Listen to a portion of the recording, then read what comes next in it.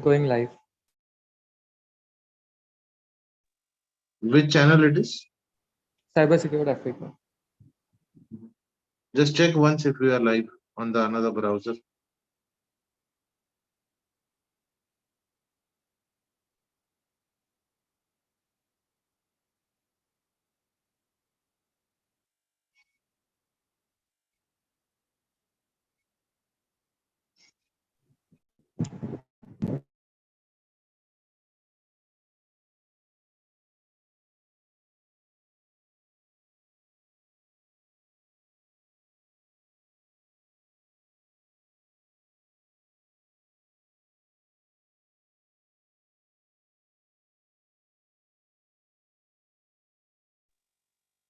Hello, good morning, everyone.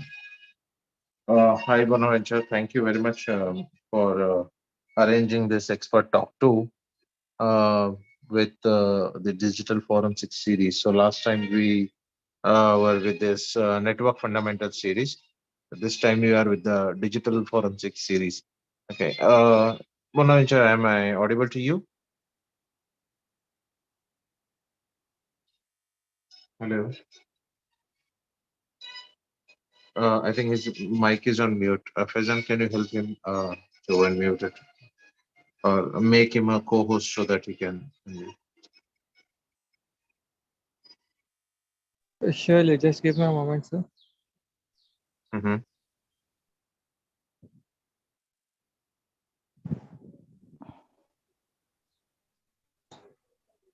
Yeah, I'm sorry. Was I think network problem? Can you hear me now? Yes, sir. Yes, we can hear you now. Yeah, I sure. said, So, we are thankful to you for arranging such sessions. And as this the last topic was of network fundamental from Sheetal ma'am, and this topic is digital forensics from Yugal sir. Okay, so I just want like you to say some words, and then I can take it over, and then Yugal can join. all right. Okay. So, on behalf of CSI, we welcome all students on board. My name is Bonaventure Ma, and I'm the founder of CSA. We are working with CSI in partnership with NAS. So, for those who are joining us for the very first time, this is an internship cybersecurity program that we are bringing to Africa. And as you can see, virtually is going to take place 2 to 3 months, and then there will be a live conference in your respective countries. So we entreat you all to just follow simple instructions, listen to whatever we tell you, and then everything will be fine. As you know, it is good to be security conscious once you use a virtual device. Okay, so our main priority is to create awareness among people about how their devices are getting hacked program. And I can trust you on this. I can trust you on this. We want to see you all on board in September. Come live, come and learn something. So that is it for now. Once again, we welcome you all. Mr. Nikhil can take over. Thank you.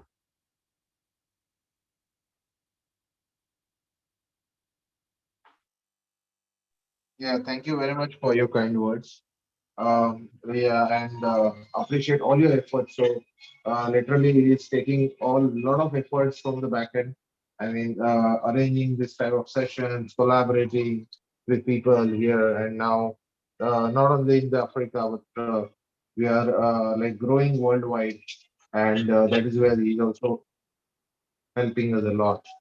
And that is something which is good. All right, so I'll just give you an overview about the today's session. Today's session is all about digital forensics and investigation, and what are the fundamentals of digital forensics. So when we say forensics, where it is used, so it is used while investigating cases uh, in law enforcement agencies, investigating a lot of crime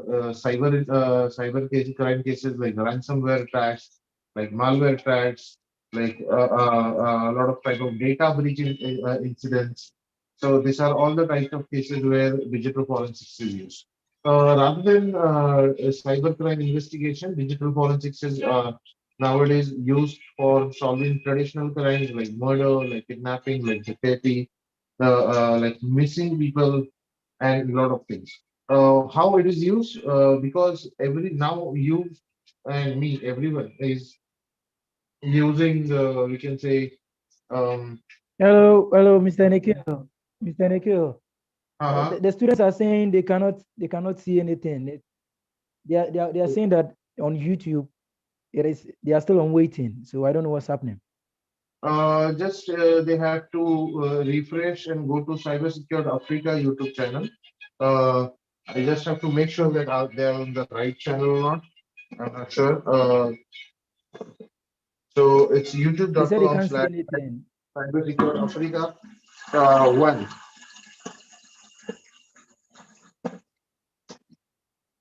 Yeah, yes, so they are just saying they can't see anything. So I don't know what's happening.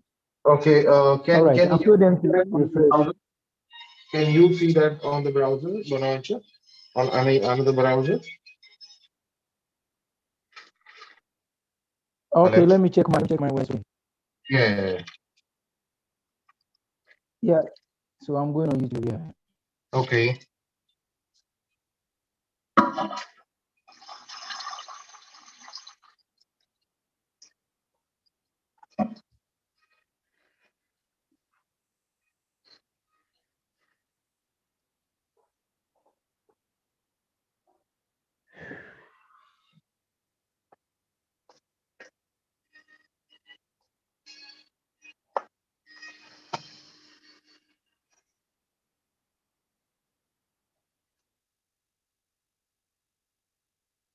Yeah, it's working. Yeah, it's working. Yeah. Okay, I think they're talking about need to know. So your voice is breaking Maybe quite they a are lot. talking about, yeah, so maybe they're talking about the screen. Do you understand? They are talking about the screen. Bonaventure, sir, were you able to see the live? No, I am on, but the screen is black. Sorry, sir, we So aren't maybe able to understand. Your voice is breaking. Can you get to a stable place, can, if possible? can you hear me? Yeah, I Can you hear can, me sir. now? Yeah. Yeah, everything is working now. Okay.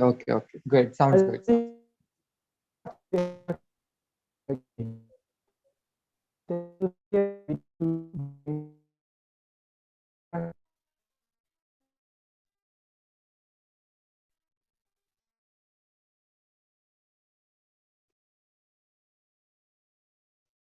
Okay, can I resume then? If everything is working fine then? Hello. Can I resume? Uh, Faizan, am I audible to you? Yes, sir, you are audible. I guess there is some issues from Okay, Bonaventure's okay, side. no problem. Yeah, that's okay. So I was Okay. saying that digital forensic is such a topic which is really interesting, and you can make a lot of career into it.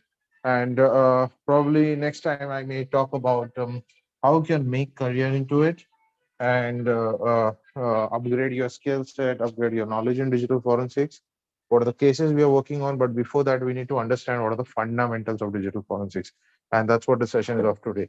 So I was saying digital forensics is such a wonderful thing that is not only used in investigating cyber crimes, but also used in investigating traditional crimes like we can say murder cases, like investigating a lot of types of we can say kidnapping cases or a lot of types of different type of cases like missing and robbery cases where digital traces are really important part to understand, to find out where the criminal has planned using any website, using any type of tool, any type of technique.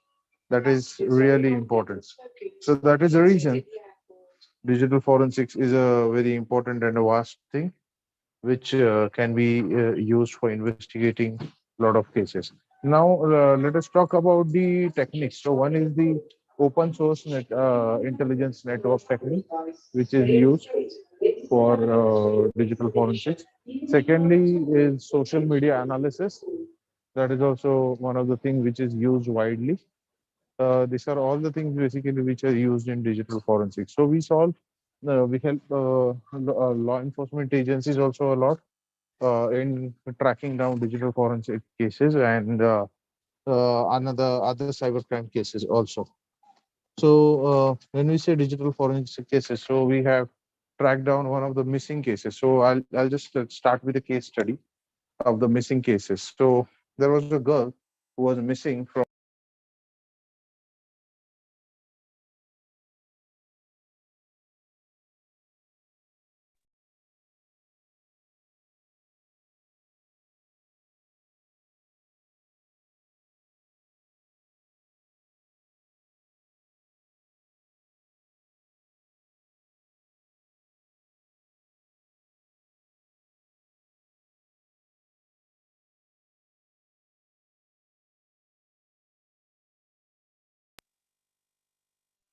Okay, I hope I'm audible, Faisal, right? Yes, sir, you are.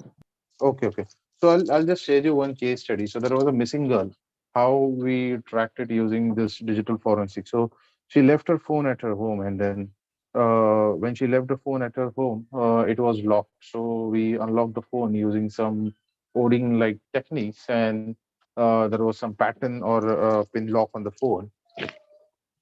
So when we unlocked the phone with the techniques, we found that there was some Gmail account into the phone, and the Gmail account we used for tracking our past Google history.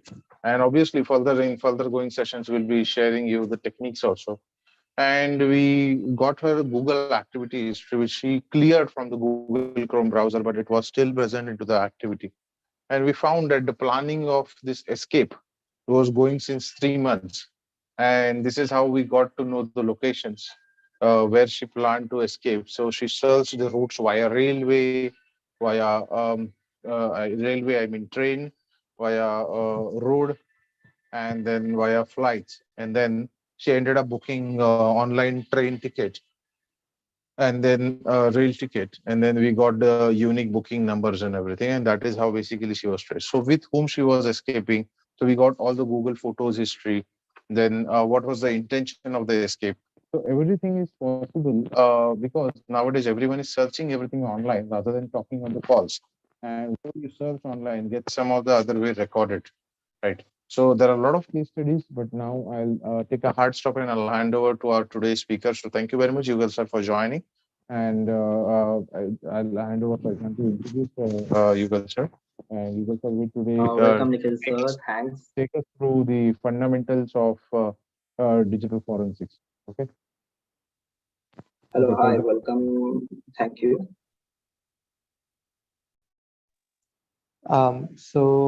Before we hand over the session to Yugal sir, let us have a short introduction about Yugal sir, like very short introduction because he is a vast book of knowledge.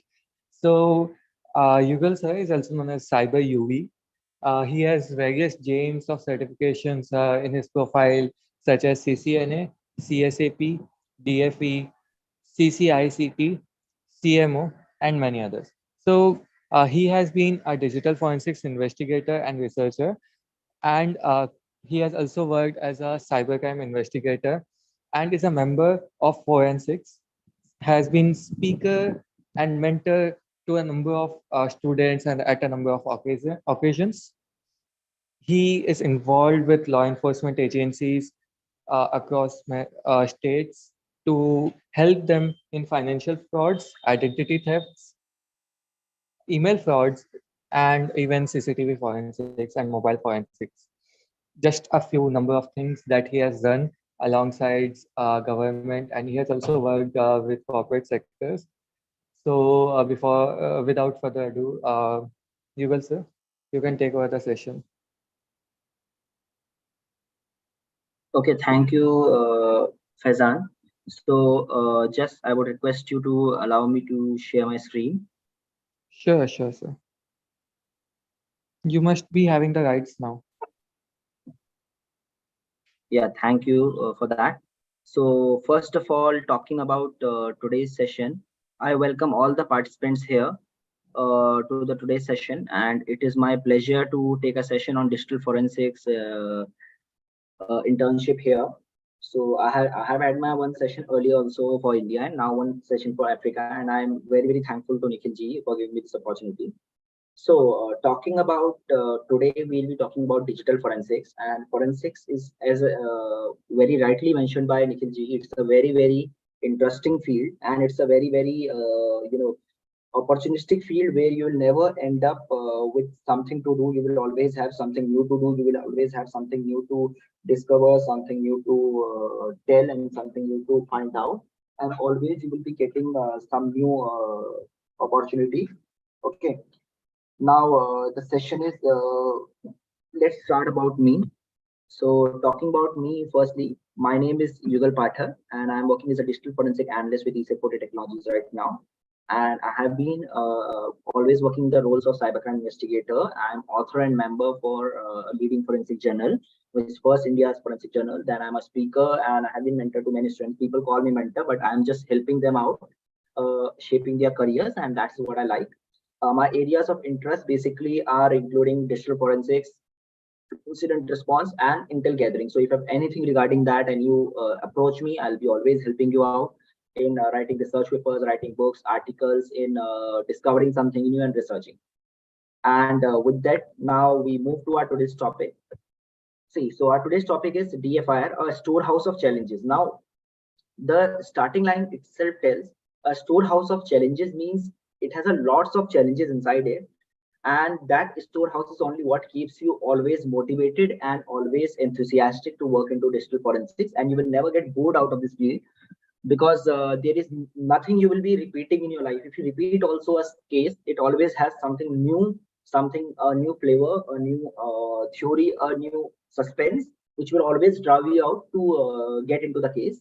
So earlier we used to say security is a myth. There is no security in this world, everything can be hacked. Now I say a security is a nightmare in digital forensics, and the reason for saying that I will explain you later. But firstly, you should know, the more the security, the more tougher forensics becomes. Now, talking about today's agenda, we'll be looking upon introduction to digital forensics. We'll be looking upon fundamental principle of cyber forensics, then the law, what cyber forensics governs out, guidelines, what forensic investigators need to know, investigative process, chain of custody, securing the scene, documentation, what are the authorities, what is report writing, and what is expert witness, what we call expert witnesses. Now, let's start from the basic I use everywhere, digital footprint. Now, what is digital footprint?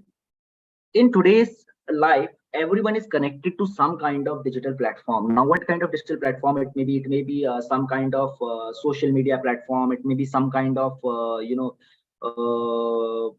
it can be some kind of platform where you are sharing your personal lives. It can be some kind of platform where you are creating your accounts, you are creating your you can say IDs.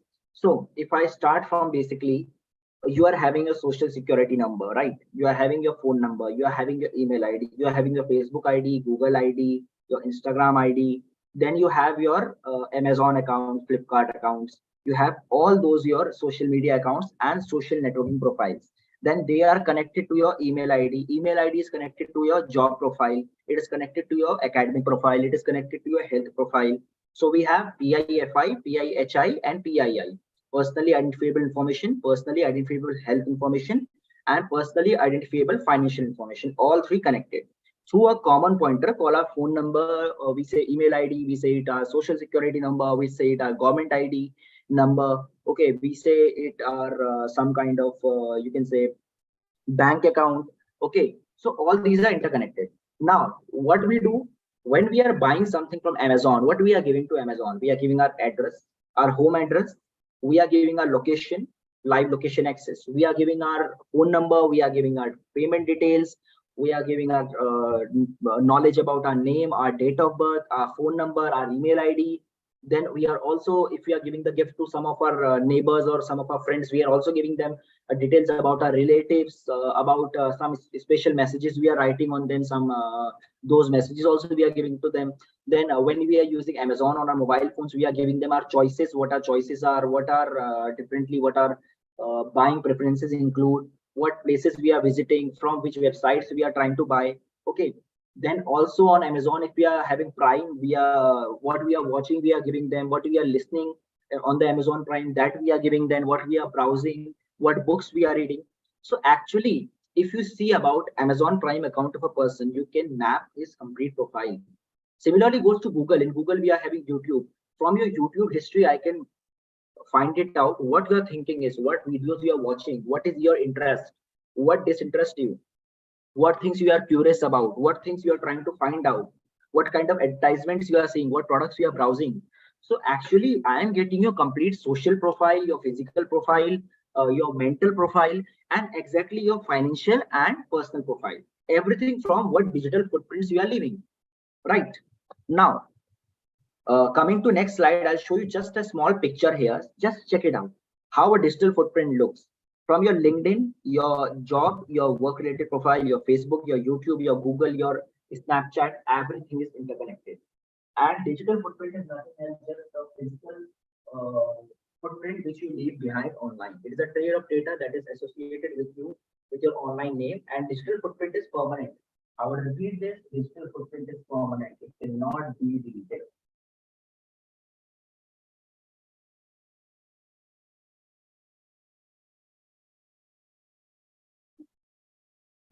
So moving on forward now, what is digital forensics? Digital forensics is a process of applying scientific and analytical techniques to computers, networks, digital devices, files to discover or recover admissible evidence. Now, here comes two words. Oh, some important keywords are there. I'll put forward. Firstly, scientific and analytical process. Second keyword comes potential evidence and admissible evidence.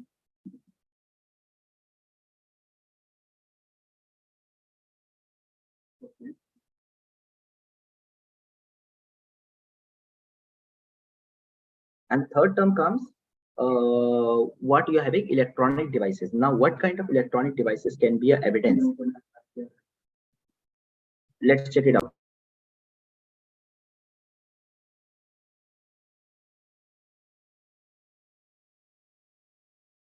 Okay, now see, uh, firstly, whenever we are doing digital forensics, we cannot go with theories and postulates.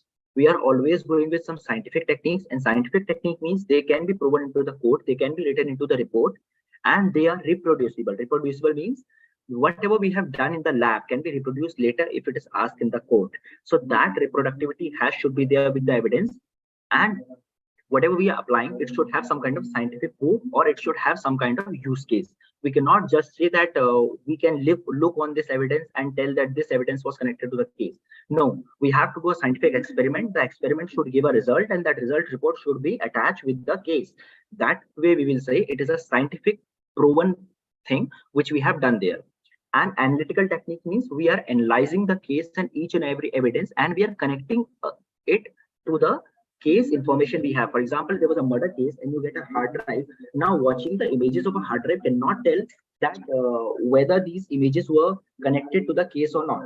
So what we are doing, we are actually taking the images, then we are reading the complete case history. Once reading the case history, we are connecting them both and analyzing it, whether this image could have some relation with this case or not. And once we find the relation, we document it out, we analyze it scientifically, and then we say, yes, this evidence is related to this case. And because of this evidence, we can say that this person may have done this crime and he is the criminal. So we are giving the prosecuting evidence in this manner. Now, second key term comes electronic devices. Now, every electronic device is not a digital evidence, because there are many electronic devices in the home. You have the mobile phones, chargers, you have the washing machines, you have microwave ovens, you have many kind of fans or everything. These are all electronic devices. You have induction. These all are not electronic evidences. In my opinion, electronic devices are those who store some data, transmit some data, or process some data. Because in digital forensics, we are more of concerned with data than the procedure. We actually want some data, some scientific fact which could prove some kind of offense.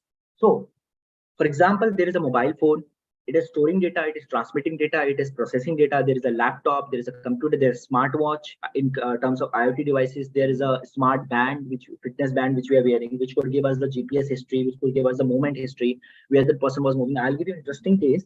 There was a case in US where a woman filed a rape case on some person, but the police actually convicted the woman itself on filing a fake case, and the case could be made clear because of the woman wearing a Garmin watch. The Garmin watch was actually having the history of where the woman walked. When they checked the GPS history of the watch, the woman told that at this time I was running out of my home because this person tried to molest me, and I went out of the society and I asked for the help. But actually, her watch told that that time she was sitting idle and there was no movement in her position.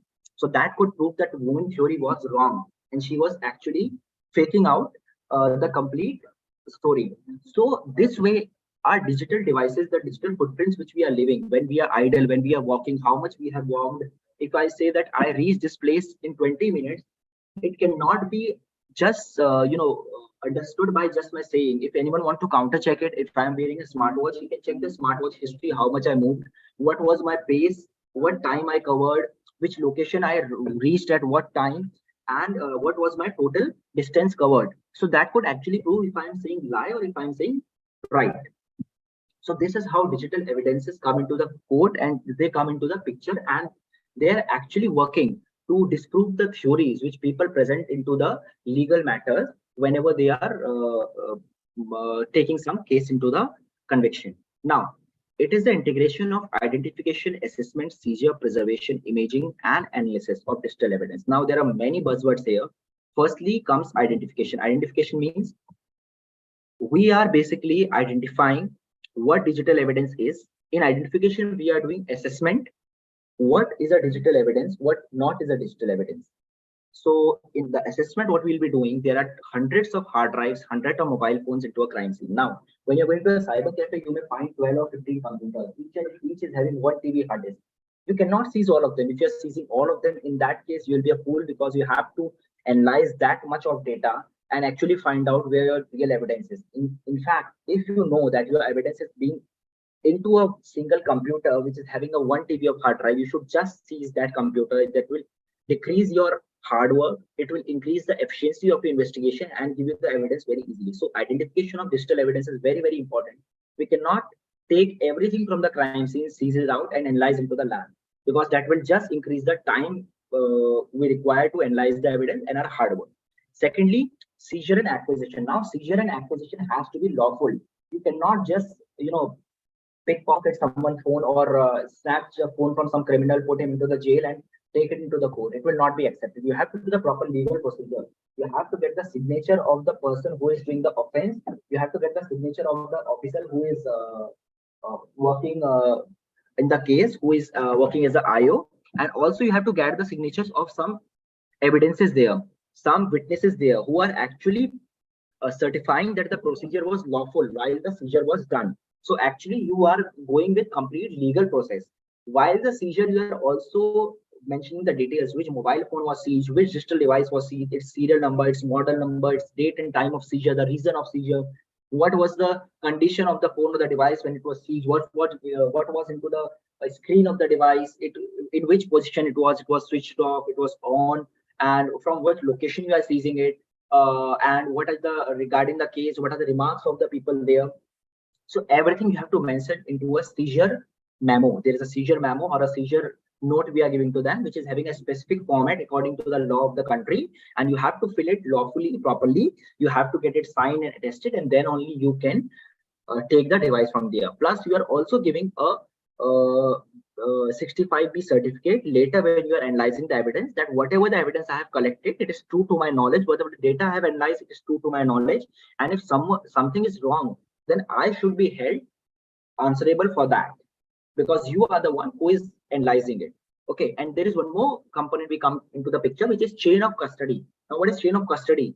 Whosoever takes the evidence into their custody, whosoever takes the evidence into their hands, has to be the part of chain of custody, because you cannot just move a digital evidence from one person to another without any knowledge, because anyone can tamper the evidence at any point of time. Once tampered, it will not be accepted into the court. So we are having a chain of custody document in which whosoever person is taking the evidence from whichever person, what time they are taking, what purpose they are taking, who permits, who gave the permission to the person, who authorized him to take the evidence, what was the purpose when it was submitted back, and what was the procedure done on it. Everything is being maintained into a document called chain of custody. Okay. Then while seizure, if we are not seizing the document, if you are doing the acquisition, then we are doing the imaging. Now imaging, there are two types of imaging. I'll tell you later: logical and physical. Imaging means we are creating the exact clone copy of the evidence, which we'll be analyzing later. Now, in case we are making an imaging, then 65B becomes mandatory, because we have to certify that whatever data was taken from the device and whatever data we are analyzing right now, they are the same data. It has to be best true to your knowledge. You have to give scientific proofs of it, and the scientific proof of it is called integrity verification through hashing. Okay, hash value is a value which is taken of digital evidence when we are seizing it, and hash value basically certifies that whatever data between was taken from the device and whatever data is residing into the image is same data, because their both hash values should match in each stage, from pre-collection to during the collection to post-collection. The hash value should match. When the hash value is being taken into the lab, the lab analysis hash value and the seizure hash value and the storage hash value of the evidence should be same. That means the data inside the digital evidence is same during assessment, during identification, during assessment, during seizure, during analysis, during documentation, and after the storage. The data has not been tampered at any point of time. Now, next comes analysis. In analysis, we are then finding out what the relevant evidence is.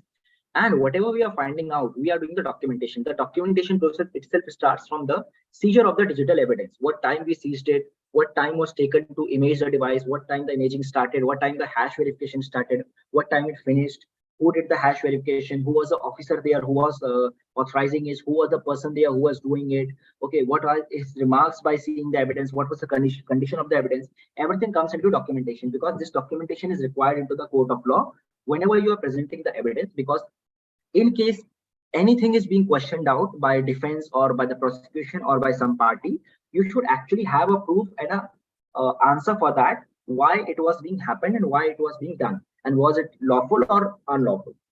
So that's why documentation is very, very mandatory, and you have to prepare a proper report for submission to law enforcement and judiciary both, and it should be acceptable by the both, the format you are using, and it should be according to the format of the law of the country.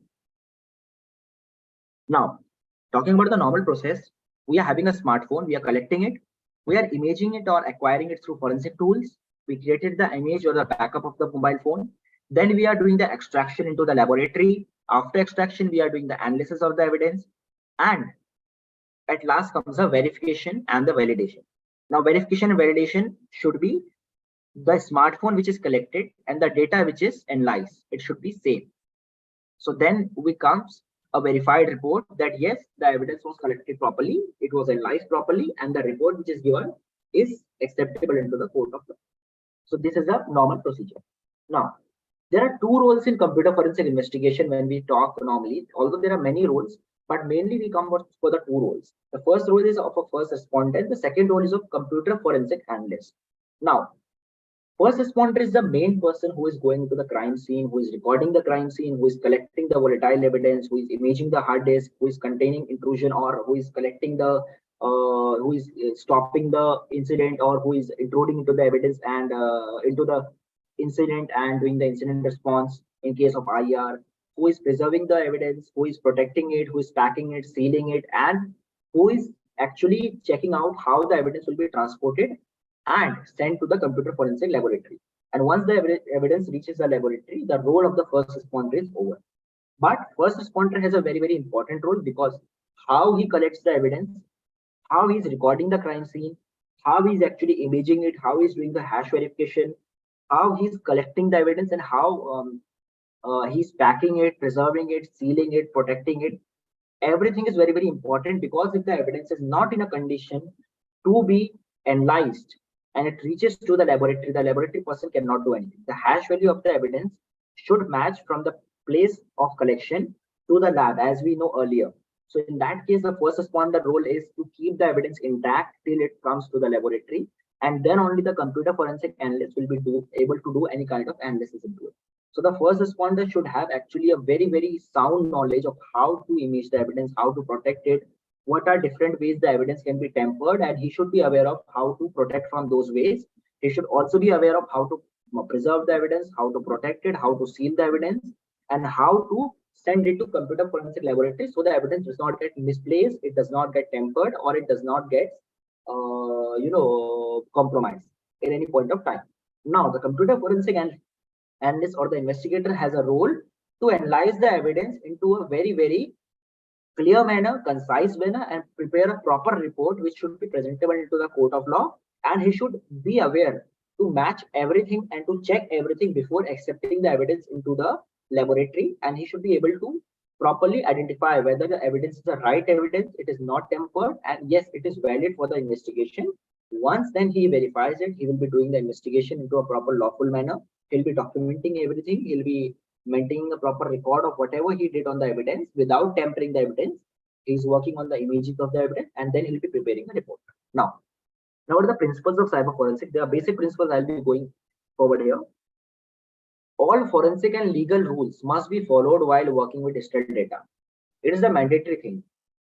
If you break any law, if for example you have to open any mobile phone and you're trying to insert some kind of rat into the mobile phone, or you're trying to insert into the malware into the mobile phone to open the mobile phone, it is actually not a lawful manner. You have to use a forensic tool which is actually certified by the government, which can be used for the analysis of mobile phone, which can be used for the extraction of the mobile phone. From that, you have to extract the mobile phone data. You just can't break the passwords by jailbreaking or by some kind of process, you cannot just insert some malware into the device to just get the root access of the device and bring out the data into the play, because it will not be lawful. Everything has to be lawful. Second, upon seizing the digital evidence, what action you are taking should not change the integrity of the evidence. If you are getting some CCTV video into some mobile phone, it is not recommended to just open the video and see it once and then give the evidence to the laboratory. No, you should not see the evidence till it does not reach the laboratory. If you have to get the copy of the CCTV video which you want to see and you want to investigate with, you have to ask the laboratory. The laboratory will give you a certified copy. From that only you can do investigation. You should not actually just try to sneak peek into the evidence and just open it out and then repack it and send it to the laboratory. In that case, it will be considered tampered. Then when accessing original digital proof is required, an individual should be educated for the task. Whenever you are accessing some device, a digital proof of that should be there. And how is the digital proof? The digital proof is the hash value we are taking, the MAC details, the modified access to it details, okay, the sealing, the barcodes we are using on it, the labels we are using on it, the documentation we are doing, these all are digital proofs which should be there. And you should be educated enough what thing you have to take in case of which evidence. For example, if you're seizing laptop hard drive, there are different procedures. If you're seizing mobile phone, there are different procedures. If you are taking an email as a digital evidence, there are different procedures. If you are seizing a complete server or a workstation, there are different procedures. So you should be educated for whatever you are doing. Okay. Digital evidence handling operation must be meticulously recorded, kept and made accessible for review at all times. It should not be you create an evidence record and as the evidence comes to the laboratory, you delete the record and you destroy the record. You say now the evidence is into the laboratory. Why should I keep the record of the crime scene? Or no, you have to keep it till the case does not get closed. Even if the case is going for next 5 years, next 10 years, the record should be maintained, because at any point of time, the court may ask you for re-verification, for re-analysis. In that way, you should have all the records, whatever records were made at the time of digital evidence recording. Now, next, while the digital proof is in their control, an individual is accountable for all the actions they take regarding it. For example, if you are having a hard drive, whether it is lost, misplaced, it is not working, it is broken, it is tampered, it is damaged, you will be responsible for it. And that is being maintained by chain of custody. The chain of custody you are having, that will hold you accountable for whatever happened to the evidence whenever it is in your custody. So whenever the evidence is in your custody, the mobile phone is there, whether it is stopped working, whether it is tempered, whether it is broken, it is lost, anything happens to the evidence, you are accountable, because in the chain of custody document, it was into your custody and you were the custodian of the digital device, and you are be held accountable for that.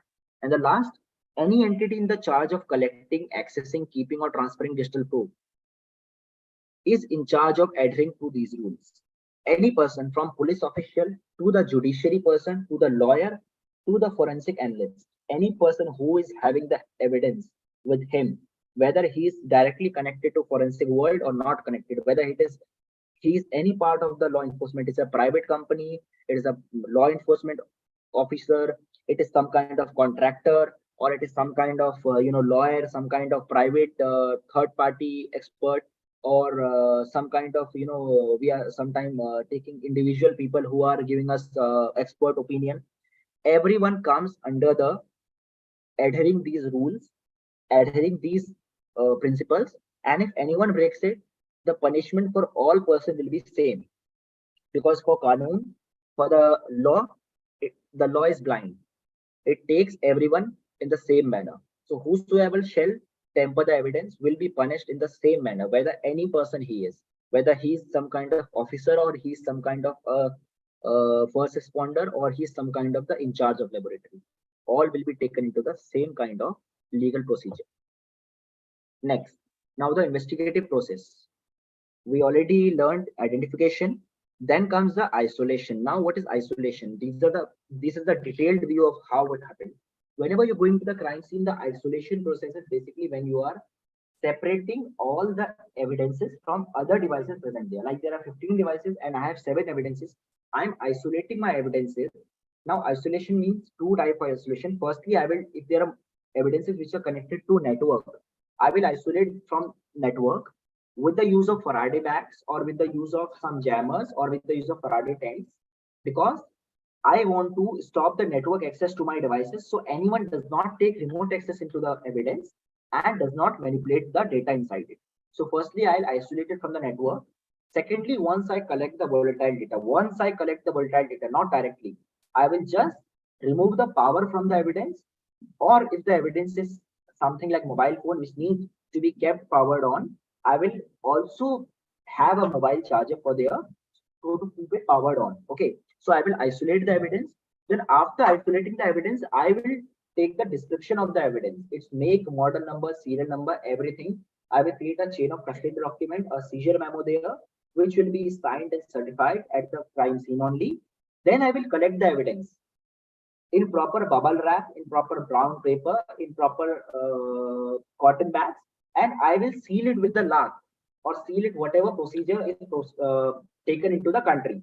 And while sealing it with the lock, you have to put the seal of the examiner, who is actually officer in charge and who is collecting it, or which laboratory is connecting it. For example, if CFSL is collecting it, there is a seal of the CFSL which is put into the lock, and that is put into the evidence while sealing it out, so as to know that who sealed the evidence and who was the authority that time having that. And the same will be recorded into the chain of custody. Okay, next, the packaging has been done. Now the transportation comes. Now the legal transportation procedure. The forensic van will be there, forensic mobile lab will be there, mobile van will be there, which will be taking the evidence to the laboratory. Now, when the evidence comes to the laboratory, it is taken into the reception. Now the reception of the laboratory takes it. There is a separate receiving room there, which will give you a OC while receiving the evidence, officer's copy, and one will be the laboratory copy, which the laboratory will be keeping.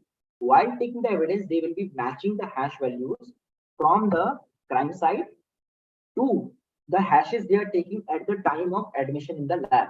They will be again taking the hash of the evidence. They both are matching, then they will say, yes, verified, the evidence is not tempered, the evidence is right, and they will be admitting into the laboratory. Now, from this point of time, the first responder duty is over, and now all the evidence in charge comes to the laboratory. Now, anything happens to the evidence, the laboratory is responsible. From the laboratory assistant to the scientific assistant to the scientific officer to the director of the laboratory to the HOD, everyone is responsible if something happens to the evidence. Now, from this procedure, from the reception to the laboratory, reception of the laboratory, the process now changes up. Now, processing is done into the laboratory, the expert examination, the seal is broken, and the seal is also broken in a lawful manner. Everything is recorded while breaking the seal. Who is breaking the seal? Whatever he is doing with the evidence, that will be video recorded.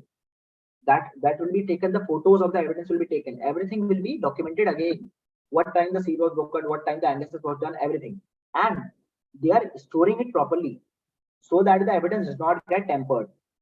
And once the case is over, the court also gives the release instructions and the evidence destruction induction. Sometimes, if the evidence is sensitive evidence, like it's kind of a MMS video or it's some kind of objectionable content into the evidence which was being taken into the case, so in that case, the court will also give it an order to destruct the evidence. Now, destruction has also been lawful. You'll be wiping the evidence so the evidence cannot be reproduced in any manner by anyone, and you will be completely destroying the storage media. You will be shredding it out physically also and digitally also, so that the evidence is completely discarded and it cannot come into anyone's hand, inside the laboratory also, outside the laboratory also. So that is actually how the investigative process is done. And each and every process is very, very strict and very, very strictened by the law, and you cannot break it. If you break it, you will be definitely taken into the accountancy of tampering the evidence, and the court will take a legal action on it. Now, now the chain of possession or the chain of custody, we have different names of it. It is also called as forensic link. It is sometimes called the paper trace, or it is called chronological recording of digital evidence. We have different names of it in different places.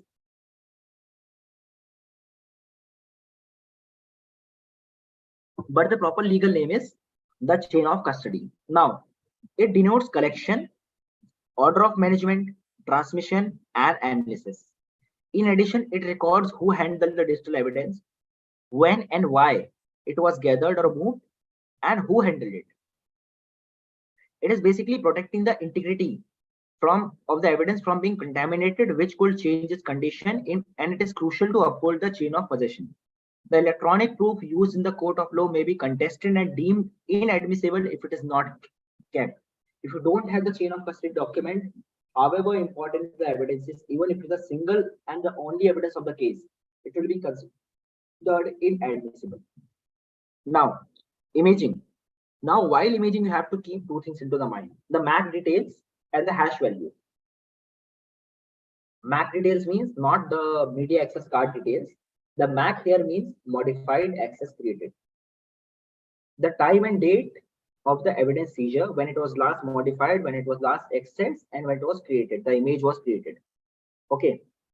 The original evidence and its image, both are basically coming into the procedure, and the reporting and noticing of both has to be taken from the criminal incident sites as well as into the laboratory, and the date and time of his seizure has to be maintained properly.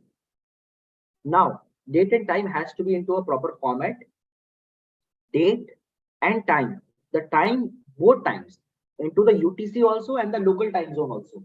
If in case you are collecting some kind of foreign evidence which is having a foreign time zone in Indian territory or into your country territory, then in the local time you will be mentioning the time of the device with the local time zone of the device which is having, and you will be also mentioning the UTC time zone and the local time zone of the place you are collecting it.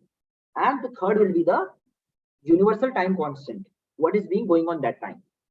So you will be taking all three times in that case.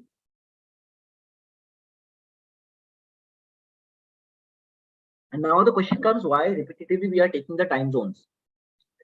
So that to take into the accountancy that when the evidence was captured, it was having some kind of US time into the mobile phone, but it was being collected into the Indian territory.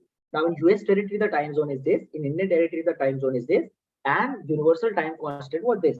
So in case the evidence is taken into the Indian court, and in Indian court, according to Indian time, it is taken, for example, 5:30 p.m. And according to the US time zone, for example, it is 2:30 a.m. So in that case, the evidence does not get tampered, or evidence is not deemed as unacceptable. Now, the direct analysis of the original evidence is strictly forbidden. Now, why it is strictly forbidden? because it will take the modified, access, and last created dates of the evidence, and analyzing the live file system of the evidence is also considered unacceptable into the code. Now, any analysis of the original digital evidence also makes it tempered, and the digital evidence will not be accepted by the court and the court of law. Now, when we are taking the logical copy and the backup of the hard disk, the backup or copy of the hard disk, it is basically the original copy, whatever we are making from the original hard disk, and the hash value will be matched. So we are creating basically three copies. One is the master copy and two working copies. The two working copies are, one goes to the prosecution, one goes to the defense, and one is the original master copy, which will be keeping into the record in case the original evidence is damaged or lost. The master copy is considered as the original evidence. So whenever you're taking the logical copy of the hard disk or the backup of the hard disk, you have to keep one thing in mind.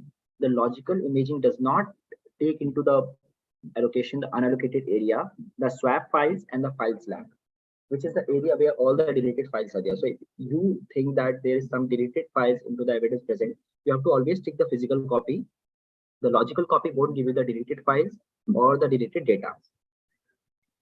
Now, here the difference comes about the logical copy and the physical copy.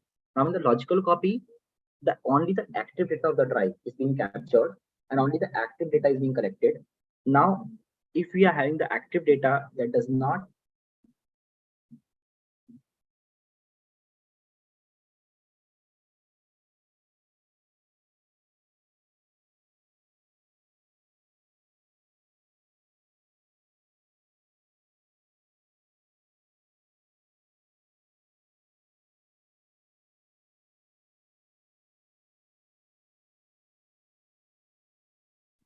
so yeah, if we are taking the logical copy, in that case, we does not capture the data which can be present, such as deleted files, such as residual data, such as data stored in the slack space. Now, slack space is a space where we have all the residual and deleted files, where we are having unallocated space, where we are having the VST volume shadow copies of the drive that is not available in case we are taking the logical copy. If you are taking the physical copy, which is generally also called as forensic imaging, cloning, or the mirror image of the device, in that case, we are collecting the bit by bit data from the original media, which also includes the free space, the slack space, and the data is being stored into the same memory.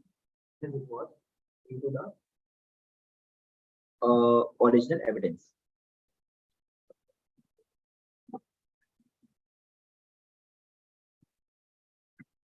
Now, moving next, why we take the image of the original evidence? There are two reasons for it. Firstly, analyzing the image of the digital evidence will preserve the original evidence from being tampered. There will be no changes into the original evidence. Secondly, if there are any kind of reinvestigation required, or if we are having multiple investigations of a single case, so the multiple images can be taken and the multiple images can be distributed to different parties so they can concurrently investigate the case while the original evidence is stored into the custody as secured and it is not tampered. So we can make as many as 1, 2, 3, 4, 5, 7, as many as copies of the original evidence what we want while we are analyzing it.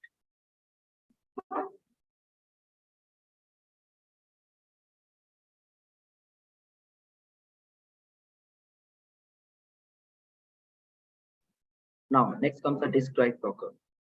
Now, what is a write blocker? A write blocker is basically a device which is preventing you from doing any kind of unaltered change into the digital evidence. For example, if there is hard disk and you're connecting the hard disk to the system, the operating system usually communicates with the hard disk or the volume files of the hard disk through the system information in the firmware. So in that case, some changes may be taken into the last access, modified or created time of the hard disk, and there can be unaltered changes or unevident changes into the data of the device, which will be later reflected into the forensic investigation, which can make the evidence deemed tempered. So in that case, we are always using forensic write blockers, and a very famous forensic write blocker is there. Tableau is a brand which is giving the forensic write blockers, and that's why we are mandatorily using forensic write blockers for capturing the evidences. Next, the second thing comes the Faraday bags or the anti-static bags. These bags are basically the devices in which we are storing the mobile phones or we are storing the devices with the network access so that we isolate the device from the network access. And once it is isolated from the network access, no changes can be made into the evidence once it is taken remotely. Once someone tries to access remotely, and once the evidence is in the custody, now it's inside the Faraday bags, and no remote changes are made into the evidence. So now the evidence will be taken into the laboratory, and then it will be investigated into an environment where the network access will be isolated from the device, and then the evidence will be analyzed. So basically, we have three important things in forensics. One is the write blocker, which is preventing any kind of changes into the digital evidence. And the second one is the Faraday bags. Now, there are some best practices for imaging. Always ensure that the integrity and security of the original evidence is maintained. Whenever we are having a suspected evidence, it should be always connected to a write blocker. The destination disk, what we are using, should be always freshly wiped, and it should not have any residual data. For example, if there are two cases, we cannot image the data of two cases into a single hard disk, because that may later create the problems into matching the hash values or the integrity of the device. So whenever there are two different cases, the two images should be taken into two different hard disks, and they should be labeled separately for two different cases based upon the information we are having. So we cannot always take the destination disk as same for multiple cases, and the destination disk should not have any residual data, any kind of data present to it. Should be freshly wiped and then used. The next, entire disk imaging is better than partition or volume wise or logical imaging, because whenever you're not knowing where the data can exist or data may be deleted, in that case you should always take the physical image. But yeah, in case of if you're taking the images of the RAID, or you're taking the images of the server, or the source media is very large to be imaged, in that case we can go for the logical imaging. But mostly we are preferring the physical imaging of the evidence whenever we are doing the investigation, whenever we are not knowing where the data can be there. And whatever action we are taking should be recorded into the chain of custody, and also the seizure memo certificates, which will be later presented into the court. Now, here's a simple flowchart. Here we have the evidence or the suspect media, which is connected to the write blocker. Then the imaging is being done. After imaging, we are generating a unique hash. The first hash we mark as N1 of the original evidence. Then when we are making the images, again we are following the same process. We are connecting to write blocker. We are reading bit by bit. We are creating a image. We are taking the hash. The hash we are marking as N2, N3, and N4. N2 will be the master copy, N3 will be the working copy, N4 will be again the working copy. Now the N1, which is the hash of the original evidence, should match with N2, N3, and N4. When the all four hashes are matching and they are same, we will be considering that we have created successfully proper master copy and two working copies of the original evidence. Now the original evidence in the master copy will be stored into the secure custody, and we will be working on the two working copies, working copy 1 and 2. And both working copies has to be supplied, one to the defense and one to the prosecution on request. And we can make also more working copies. And whenever we are making more working copies, we have to either verify it with the master copy, or we have to either verify it with the original evidence. The hash value should be same. And in that case, only we can consider that the image has been successfully created.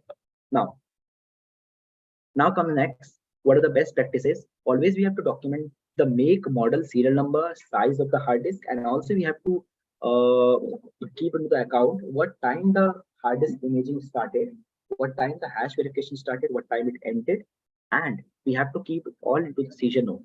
Now note down the size and the capacity of the suspected hard disk, and always connect it to hardware write blockers. Now we have to keep the size. What is the proper size of the hard disk? We have to always record it out. We have to also be cautious while choosing the source and destination, because sometimes it happens we are actually choosing the source as the destination and destination as a source. So in that case, you'll be wiping the proper evidence by your just mistake. So when we are connecting the source and evidence to the some kind of imager, you have to always be aware which is the source track, which is the destination track, and you have to correct it correctly.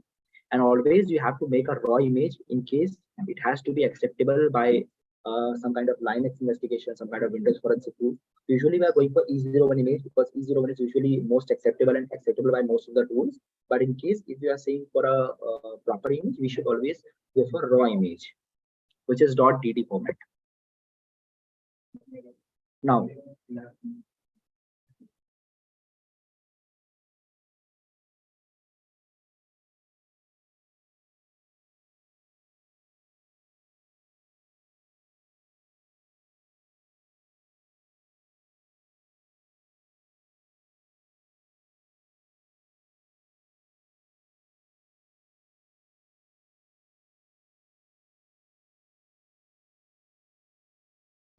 Now, talking about integrity of digital evidence. Now, data is vulnerable to intentional or unintentional alteration because we say it because whenever we are doing the investigation, whenever we are doing prosecution, as I gave you the example of CCTV videos, as I gave you the example of mobile phone, in case if you're opening a mobile phone, we are viewing a file, we are accessing it, the MAC details of the file changes, and in that case, the integrity and the digest the data or the which is basically called the hash file or the hash value is being changed. So the integrity of the digital evidence is always maintained till now into the law by a single method called hash verification. And the hash verification is only the way we can detect that the evidence was tampered or not. So always we have to take the hash. And the hash is also different. We have MD5 hash, we have SHA-1 hash, SHA-12, SHA-256, and SHA-512. We have different hashes for that. Now coming next, here I have an example of the authority letter, how we have to give it when we are doing the lawful acquisition. We are continuously recording where the crime scene was, the place, and it creates a permanent document of the scene. It is crucial to accurately record the location, condition of the laptop, time, what digital storage we are taking, the make, model, serial number, the capacity of the device, and what are the other technological equipments we are collecting with it. For example, the connector cable, for example, a charger, for example, the USB cable, everything. Now the location of the uh, equipments, for example, you are taking it from some kind of crime scene located into Mumbai. So it should not be Mumbai, it should be the actual premise location where you are collecting it, what time you are collecting it, and it should also be verified by the different witnesses present here. We have two witnesses there who will be verifying that whatever information is given into the document is right. Now, keeping the track of the computer system, for example, their condition. For example, when we are correcting mobile phones, we are always recording what was the time shown on the mobile phone, what was the time shown on the screen of the mobile phone, what was the wallpaper there, how it was looking. So, which basically makes a foreseeable proof, such as computer's battery status, the mobile's battery status, the mobile Wi-Fi was on or not, the mobile Bluetooth was on or not, whatever digital collections were available, what kind of SIM card was available, the mobile phone is in which condition it was wet, it was dry, where it was found, which location, and we are also taking the picture of the monitor's display, getting the screenshots of the mobile phone screens, which and makes about the notes, whatever we see, what wallpaper was there, so that we can prove that any alteration was not made into the digital evidence. Now comes the last part, the report writing. Whenever all the analysis was done, after that we are creating a proper report. We are presenting it into a persistent data followed by an expert opinion without prejudice. It should be grammatically correct, and we are not using any kind of jargons or things which are not acceptable by the law or not understandable by the legal code. And the opinions and data which are written into the report must be our own. It should not be biased by someone. And whenever it comes into court, as expert opinion, we should be able to prove why we wrote this, why we mentioned this, and how we investigated this. Now, coming on, what are the limitations in digital forensics? We have a lot of limitations. Firstly, there is a lot of gap in the technological expertise. For example, the forensic procedure used in the foreign countries and Indian countries are very, very different. And because of it, different legal positions are there. For example, the US law is different, Indian law is different, the global law is different. So in that case, if we are investigating any kind of cybercrime cases or we are investigating the cases, there are terms called MLAT, Mutual Legal Agreement Treaty. For example, if you have to get some information from a US company, they are not accepting actually a Indian notice. They are actually requiring us to give a notice into the US law, which is being acceptable by the MLAT. So in that case, you have to create a legal notice into the same country's format and then request the data. Similarly, if you're investigating some hard drive which is present, which was collected from the US premises or the US law enforcement, and you're investigating in India, in that case also you'll have to correct and create the document by the US law and also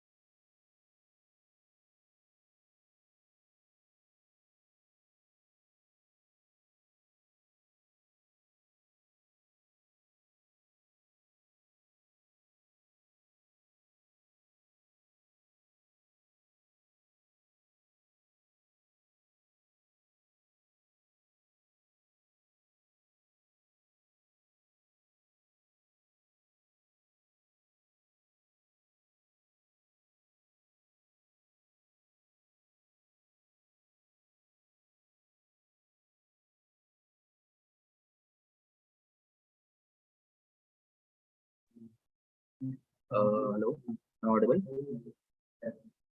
Yeah. So now we were talking about difference into the judiciary, into the legal constraint, and the technological expertise. Now let's move forward.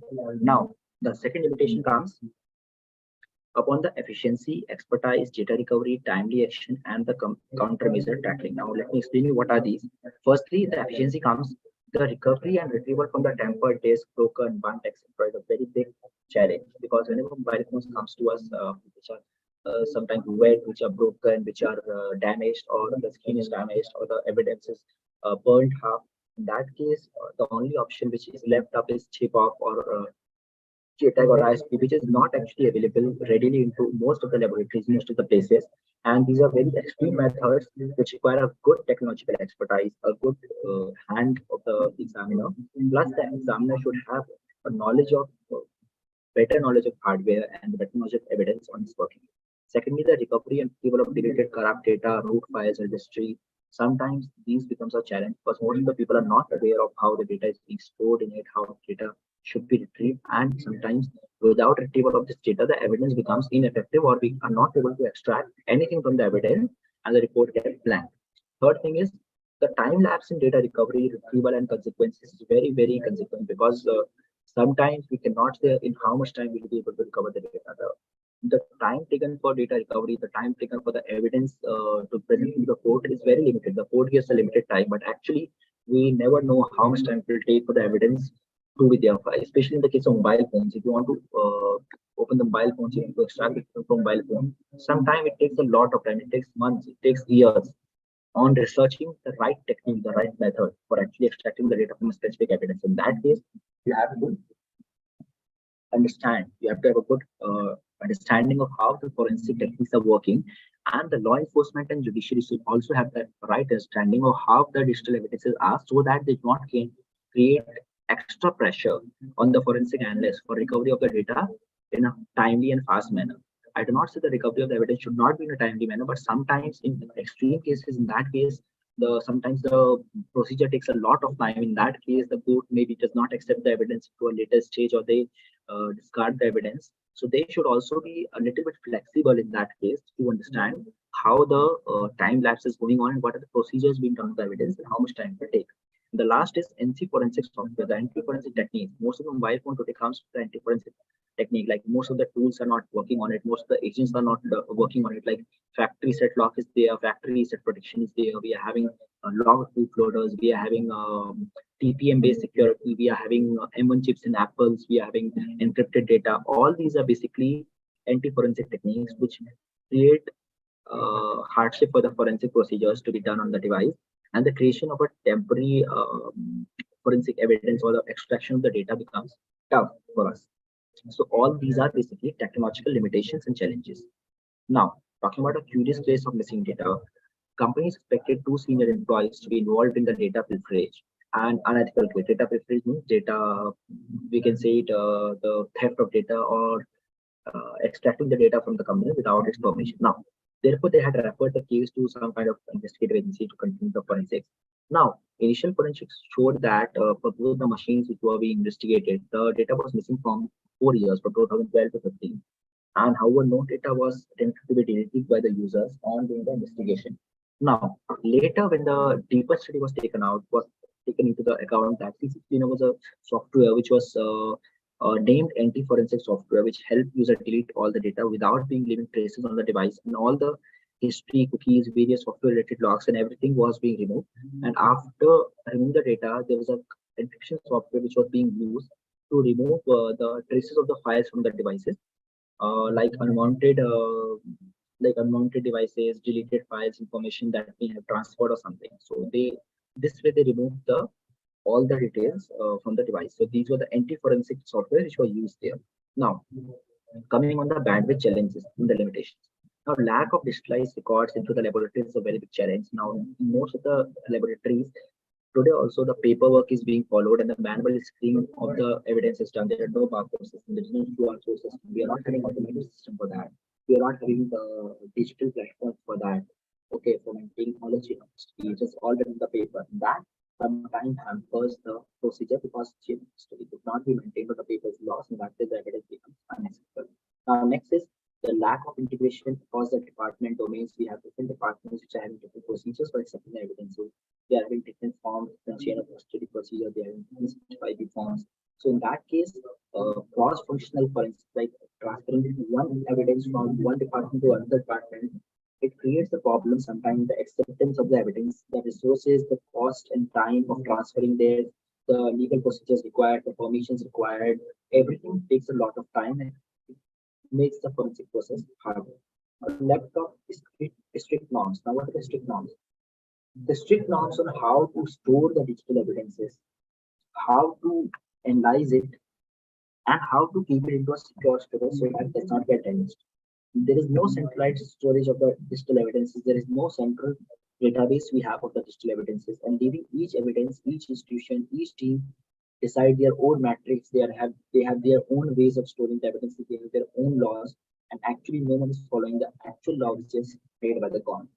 They have their own reasons. They have their own excuses of storing the evidence in them. Then lack of allocated storage space. We do not have the proper storage conditions nowadays for storing the digital evidences. Like example, sometimes there is a cool environment, there's a moist environment, dry, sterile, everything. There has to be defined. For example, if a hard disk we are keeping it, keep in a moist environment. There's a mobile phone you cannot keep into a moist environment. You have to always check the humidity of the laboratory. You have to always check the temperature of the laboratory. You have to keep all the checks of the laboratory. In most of the certified laboratories, it is being done, but the laboratories which are not certified, they're not taking care of these things. Even the hard drives are lying into the open cartons there without being kept into some kind of secure bubble wrap or secure kind of storage, which can lead to easier corruption of device and the data. And last is lack of multiple central agencies or the labs to speed up data analytics. Like there are very less laboratories available which are being certified and which are being uh, certified to present to the court and whose data is being acceptable into the court. So in that case, a lack of multiple agencies, lack of multiple R&D agencies, lack of multiple people who are trying to do R&D forensics, creates a lot of challenge.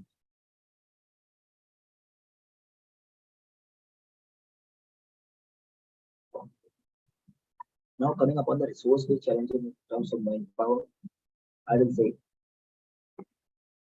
the lack of focus to develop the forensics as a skill and expertise rather than just creating into the degree certificate. We have a lot of degrees, certificates, skill trainings available there, but they're not actually teaching practical things. They are teaching the theory work. Most of the forensics is practical. You don't analyze and never be able to detect how the digital forensics works. So you have to have a dedicated practical work, a dedicated skill trainings for the forensics, which will make people skill how to store the evidence to proper manner, how to keep it and process it. The lack of awareness and training on the law enforcement, how to store the evidence, how to keep in a proper manner, how to dispose in the proper manner, again creates a lot of resource challenges. And the third is understanding the system lines and planning for the updates for the ensure compliance of monetary standards, for the upgradation of laboratories, for the application of instrument. That also creates a budget constraint, and the budget constraint basically hampers the digital investigation.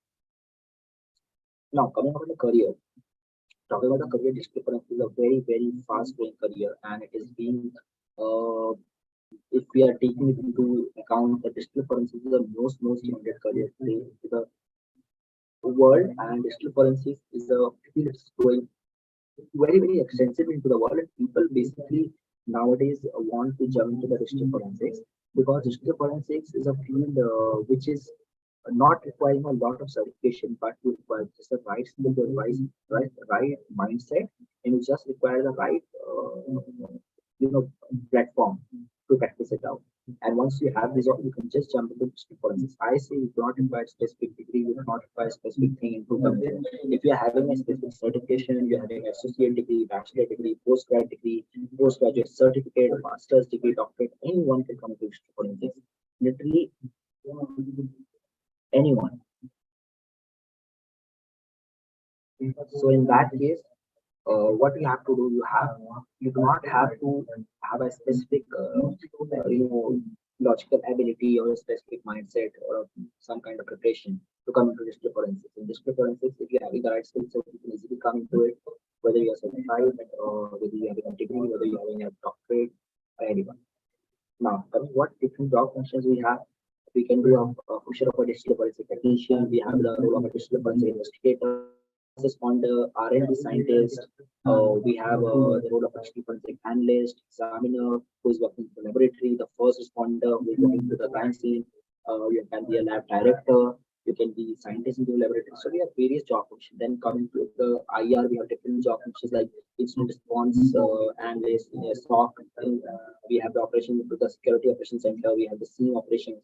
We have different kind of roles available in the DFIR. Talking about professional opportunities, we have different opportunities into law enforcement, private sector, intelligence community, military, academia, and various different platforms. So law enforcement also accept the digital forensic analyst. The private sectors are also having the companies are there who are selling the products, who are creating the products, who are doing the R&D. They are also accepting digital forensics individuals. Then we are having intelligence community where there are also digital forensic investigations. Individuals are required. Then we have next military and the defense sector. There the digital forensics is very crucial. Okay. So and last comes the academy. You can also become a professor. You can also become a person who is teaching the people into the digital forensics. So basically, you have all different roles. And now coming to the summary. Cyber forensics is a maturing field which requires excellent career opportunities and just a good skill and proper education and training in it is paramount to get into this field and excel in this. So here we are ended and now question and answers are open to it.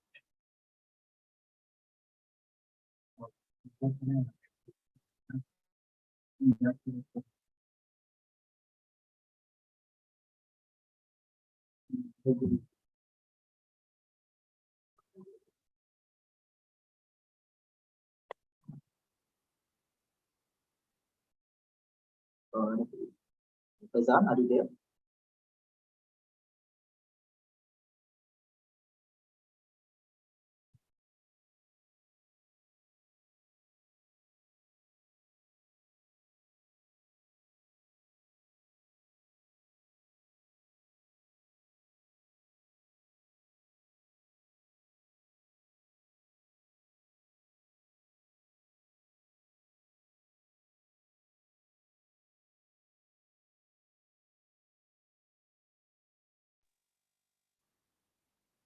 Hello.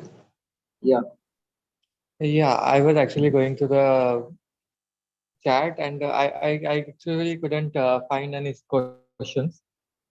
Okay, fine. So I guess that was all. That was a really informative session, and it was a pleasure having you here. We are looking forward for another session on digital forensics. Like we had the fundamentals today, and we'll be looking forward to have a deeper dive on the digital forensics parts. So that was really amazing. Thanks a lot for putting your time and effort in it. And I'm sure that all the watchers must have really um, found something or the other which they were looking for and they were expecting. Thanks a lot, sir. Welcome, Faizan. Although I kept it short because show will not run out of time, and I guess I was able to finish the required time. And if anyone has any questions, they can also connect me to my email ID and my contact details, which I mentioned there, and they can directly ask me any questions if anyone has any questions there. And I hope in coming sessions we can also cover up into the depth of digital forensics. And it was nice interacting with all of them, all the people, although I could not interact with them directly, but yeah, I hope they'll be able to understand whatever I taught, and I thank you for this opportunity. So thank you. Thank you, sir.